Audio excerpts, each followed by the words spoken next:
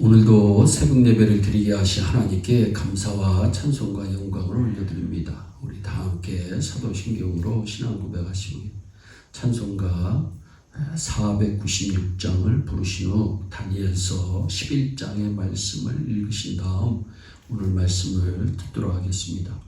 다니엘서 11장에서는 남아있는 자들에 대한 하나님의 은총에 관한 말씀이 나옵니다. 다니엘은 자기가 살던 시대로부터 약 300년 이후에 나타날 헬라 제국과 로마 제국의 역사를 미리 예언했던 분입니다. 특별히 11장에서는 헬라 제국의 말기에 나타날 선민 이스라엘 백성들의 멸종의 위기를 예언하는 중에 남은 자들을 가리켜 백성 중에 지혜로운 자 몇 사람이라고 하는 말을 사용합니다. 11장에 나타난 중요한 사건은 알렉산더의 갑작스러운 죽음으로 헬라 제국이 사등분될 사실을 예언하고 있습니다. 그가 죽은 후 네 장군은 헬라 제국을 사등분하여 공존하기로 결정합니다. 이 분할된 지역들 가운데 유대와 관계된 나라가 툴레미가 다스리던 남쪽의 애굽이었고 북은 수리아 왕이었던 셀레우코스 1세였습니다. 이 두 권력자들은 150년간이나 서로 전쟁하게 되었고 유대라고 하는 나라는 이 전쟁의 와중에 희생제물이 되고 있는 사실을 보여주고 있습니다. 다니엘서 11장 30절로 39절 부분에서 선민 유다가 작은 뿔 고 안티오쿠 에피파네스에 의해서 죽음에 이르는 큰 환난을 겪을 것이라고 예언하고 있습니다. 그는 선민 멸종의 정책을 국시처럼 여긴 자였고 광적인 헬라주의 신봉자였고 유물론자요 이스라엘 하나님에 대해서 반신적 도전주의자였습니다. 그는 번제단 위에 헬라의 주피터 신전을 세우고 예루살렘 성전에 돼지 피를 뿌렸던 분입니다. 그것은 항거하는 마지막 유대인을 진멸하기 위한 수단이었습니다. 또한 그는 예루살렘에 그의 주력 부대를 주둔시켜 놓고 대항하는 남은 유대인들을 진멸하고자 하는 계획을 하나하나 진행시켜 나갑니다. 그러던 중 어느 날 갑자기 통치 영역인 동부에서 반란 소식을 듣습니다. 그 말씀이 44절입니다. 그 반란을 진압하러 가다가 도와주는 사람 없이 사람의 손으로 말미암지 않고 급사당하고 맙니다. 여러분, 하나님을 대적하는 사람, 사람의 손으로 말미암지 않고 급사당한 사실을 성경은 말씀하고 있습니다. 35절 말씀에 지혜로운 자는 에피파네스의 군대와의 전투에서 전사한 마카비의 군사들을 비롯해 여호와 신앙을 수호하다가 순교한 유대인들을 가리키는 바 35절은 이러한 자들의 순교가 곧 남은 신실한 유대인들에게 여호와 신앙 수호라는 도전으로 다가왔음을 말해주고 있습니다. 11장 33절에 백성 중에 지혜로운 자가 많은 사람을 가르칠 것이다. 36절에 그들 중 지혜로운 자 몇 사람이라고 이어서 말씀합니다. 저들이 누구이며 어떤 자들일까요? 오직 하나님을 아는 백성이요 오직 하나님을 향하여 용맹한 사람들이고 많은 사람들을 가리키는 사람들이며 많은 사람들을 옳은 대로 돌아오게 하는 자들이라고 말씀합니다. 또한 그들은 죽음에 이르는 환난을 당하기도 하고 칼락과 불꽃과 사로잡힘과 약탈을 당하여 여러 날 동안 쇠폐하리라 33절에 말씀하고 있지만 마침내 그 환난을 통하여 승리하여 나올 자라고 말씀합니다. 바로 저들은 그 시대의 남은 자들이었습니다. 그들 중 대부분은 회당의 서기관들과 경건파들이었습니다.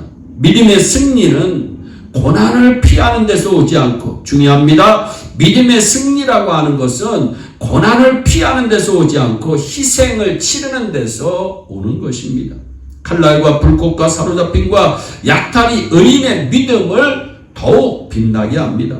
하나님은 주를 경외하는 소수의 지혜자를 통해 이 믿음의 본을 대대로 지켜나가십니다. 그 지혜자들은 죽음의 위협 앞에서 더 철저한 언약 신앙의 본을 보이며 많은 사람 그 동시대 사람만이 아니라 역사에 나타날 하나님의 백성 모두를 가르치고 있는 내용이 33절에 나옵니다. 다니엘서 11장 32절로 35절에 나오는 지혜는 영적 지혜로서 하나님을 아는 참된 믿음을 가리킵니다. 하나님을 아는 참된 믿음이 지혜입니다. 성경은 극심한 박해 때에도 하나님을 사랑하는 지혜로운 자가 있을 것임을 말씀하고 있습니다. 지혜자 참된 믿음을 가진 자는 박해 시에 그 진가가 더 드러남을 알 수 있습니다. 한편 박해나 시련에도 작정된 귀환이 있다는 사실은 우리가 시련을 당할 때 인내하며 믿음을 지키도록 용기를 줍니다. 주일만 되면 오후에 늘 거리로 나가 지나가는 사람들에게 전도지를 나눠줬던 한 그리스도인이 계셨습니다. 그런데 어느 주일 오후 그날따라 비가 억수같이 쏟아집니다. 그리고 그날따라 이 그리스도인이 너무너무나도 피곤합니다. 그래서 자기 집 서재에서 조용히 쉬고 있습니다.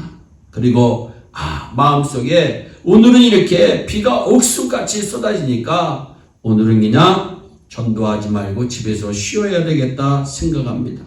그때 그의 11살 된 아들이 아버지가 집에 계신 것을 보고 놀라며 묻습니다.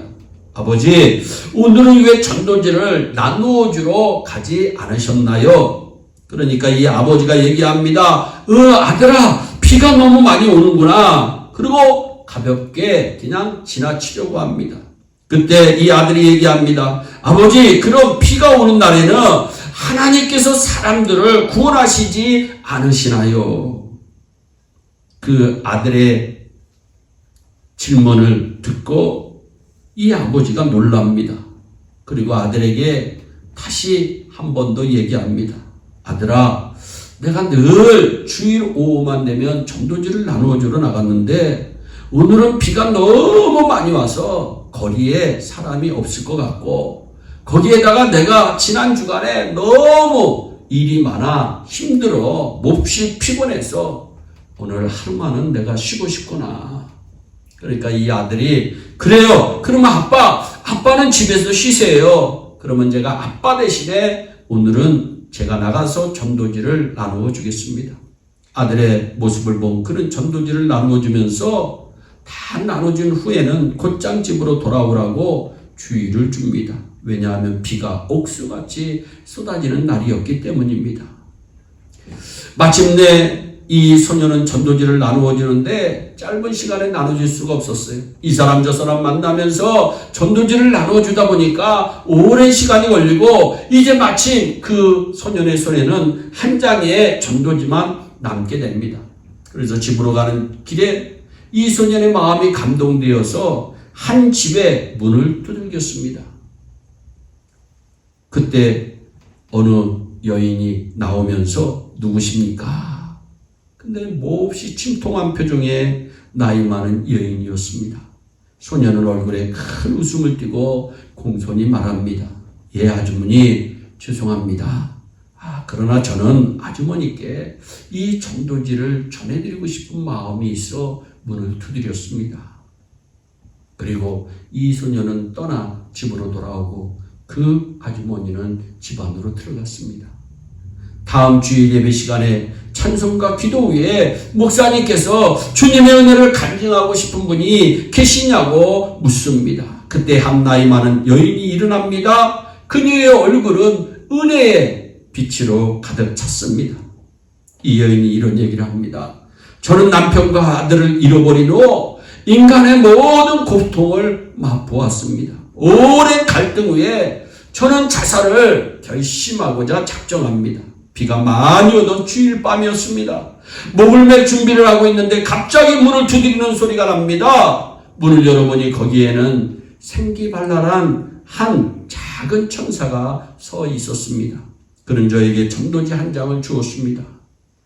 그 전도지를 집에 들어가 읽으면서 저는 하나님께서 저를 저버리시지 않으셨다는 것을 깨닫게 됩니다. 작지만 별것이 아니지만 전도지 한 장이라도 이웃을 생각하는 그곳에 하나님의 사랑이, 하나님의 능력이 나타날 것입니다. 자기만을 위한 신앙이 되지 마시고 자기만을 위한 삶이 되지 마시고 주님의 나라를 위해서 마지막 남은 자의 은총을 우리 이웃에게 함께 나누어주는 성도들이 되어서 주님 오시는 그날에 자리따 칭찬받고 금멸유관 받는 축복에 위한 주인공들이 되시기를 예수님의 이름으로 축복합니다. 기도하겠습니다. 사랑의 하나님 참 감사합니다. 아무리 악한 세력들이 하나님의 백성들을 진멸시키고자 하지만 하나님께서는 남은 자들을 남겨두시고 남은 자들을 통해서 가르치게 하시고 남은 자들로 통해서 다시 한번 회복의 은혜를 베풀어 주시는 것을 하나님 다시 한번 깨닫게 됩니다. 우리 예일의 성도들이 남은 자들의 은총을 누리는 자들이 되게 하시고 하나님 내가 받은 사랑 다른 사람에게도 나누어 줄 수 있는 귀한 하나님의 백성들이 다 되게 하여 주옵소서.